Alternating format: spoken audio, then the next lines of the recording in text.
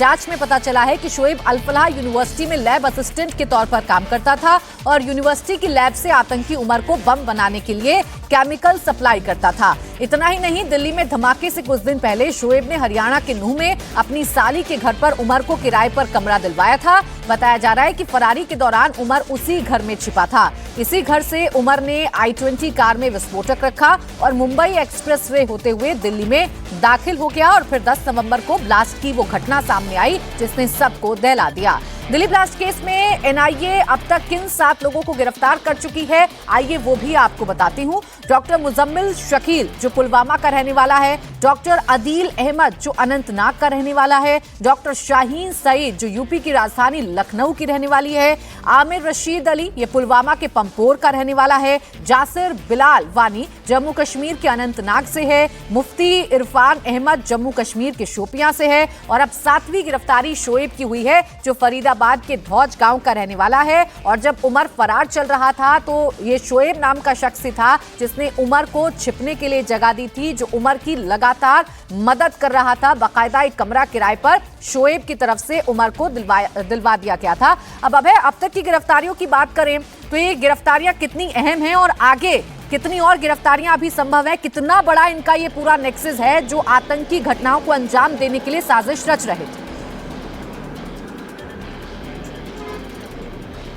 देखिए प्राची, जो पूरा व्हाइट कॉलर टेरर मॉड्यूल है इसमें जो अहम लोग थे जिन्होंने ये पूरी साजिश रची उन सबको गिरफ्तार किया जा चुका है। जो मेन इस आतंकी टेरर मॉड्यूल को चला रहे थे, जिसमें चाहे हम मुजम्मिल की बात करें, सबसे पहली गिरफ्तारी 30 अक्टूबर को मुजम्मिल की होती है, डॉक्टर मुजम्मिल, जिसने न केवल धौज इलाका बल्कि पास में ही एक दूसरा गांव पड़ता है टाड़ा गांव, वहां पर इन तमाम केमिकल्स को रखा था और विस्फोटक तैयार करके धौज के कमरे में 15 नंबर कमरा जो कि हॉस्टल का था वहां पर तैयार कर लिए थे। साथ ही डॉक्टर शाहीन जिनकी गाड़ी से राइफल बरामद हुई, असॉल्ट राइफल, और पूरी किस तरीके से वो एक आतंकियों का जो महिला ग्रुप था उसकी भारत के अंदर हेड बनना चाहती थी, उसको गिरफ्तार किया गया। उमर की मौत हो गई इस ब्लास्ट के अंदर। इसके साथ ही चाहे हम मौलाना की बात करें, अनंतनाग के और लोगों की बात करें, इन सब की भी गिरफ्तारियां हुई।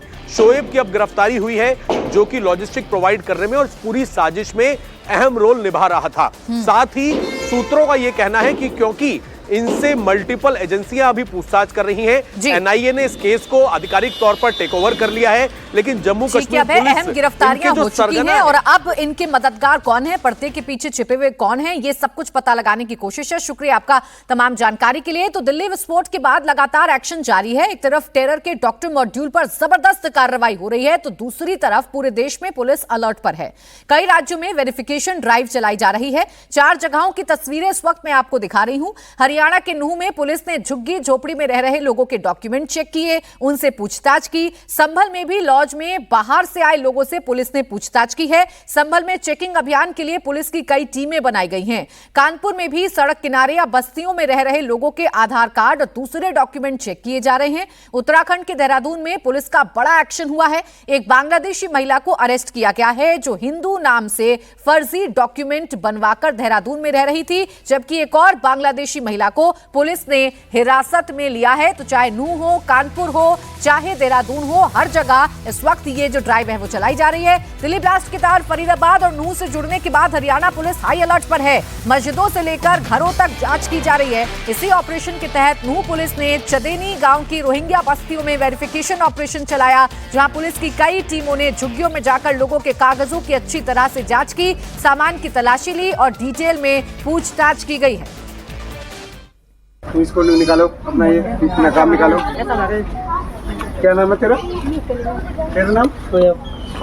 इलियास कौन है? इस्माइल। इस्माइल, ठीक है।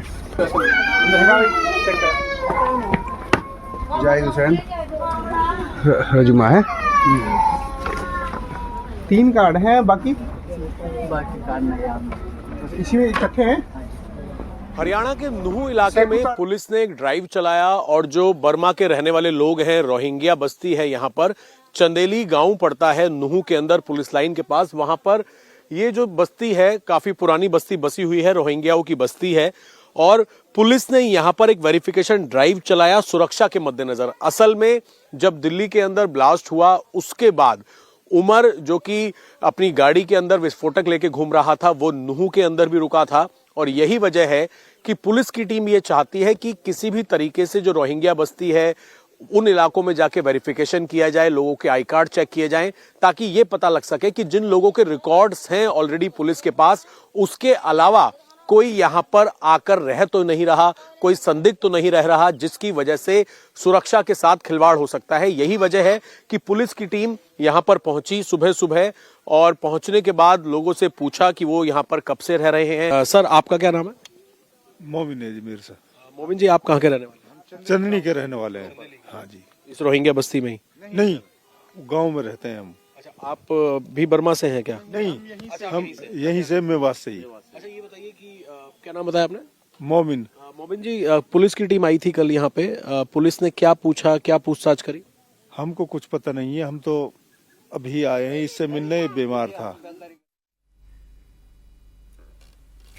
वहीं उत्तराखंड के देहरादून की बात करें तो यहां भी घुसपैठ को लेकर पुलिस ने बड़ा एक्शन किया है। पुलिस ने ऑपरेशन कालनेमी के तहत एक बांग्लादेशी महिला को अरेस्ट किया है। इस महिला का नाम बबली खातून है, जिसने भूमि शर्मा के नाम से फर्जी डॉक्यूमेंट्स बनवाए और हिंदू युवक से देहरादून में शादी भी कर ली। ये महिला कोविड के दौरान अवैध तरीके से बॉर्डर क्रॉस कर भारत आई थी। इसके अलावा पुलिस ने एक और बांग्लादेशी महिला को हिरासत में लिया है, जिसे नियम का पालन करते हुए बांग्लादेश डिपोर्ट किया जाएगा। अब आगे बढ़ेंगे, बात करेंगे बंगाल की, जहां अगले साल चुनाव होने हैं, लेकिन उससे पहले बाबरी मस्जिद को लेकर सियासत गर्मा गई है। जी हां, पश्चिम बंगाल के मुर्शिदाबाद में बाबरी मस्जिद का पोस्टर लगाया गया है, जिसमें 6 दिसंबर को बाबरी मस्जिद के शिलान्यास की बात कही गई है।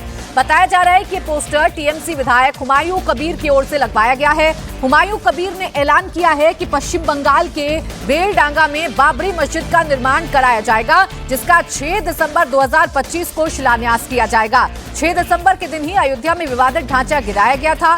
खास बात यह भी है कि टीएमसी विधायक ने मुर्शिदाबाद में पोस्टर्स उस दिन लगवाए जिस दिन अयोध्या के राम मंदिर में ध्वजारोहण का कार्यक्रम चल रहा है।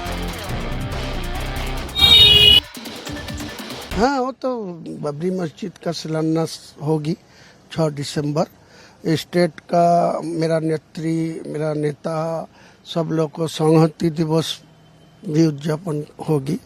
मैं वहाँ का बेलडंगा में एक बाबरी मस्जिद 3 साल के लिए काम चलेगी, इसीलिए उनका भित्ति स्थापन होगी। किसको बुला रहे हैं आप उसमें? वो मुस्लिम लीडर लोग सब आएगी, मुस्लिम जो जाने वाने वाला है, जो कुरान हदीस, बड़ा नाम बाद में आपको ऐलान कर देगी। अब्बास सिद्दीकी को आप बोल रहे थे? अब्बास सिद्दीकी तो जाएगी, वो तो लीडर नहीं, कोई राजनीति लीडर नहीं है। वो लोग तो फुरफुरा शरीफ को अच्छा आदमी है।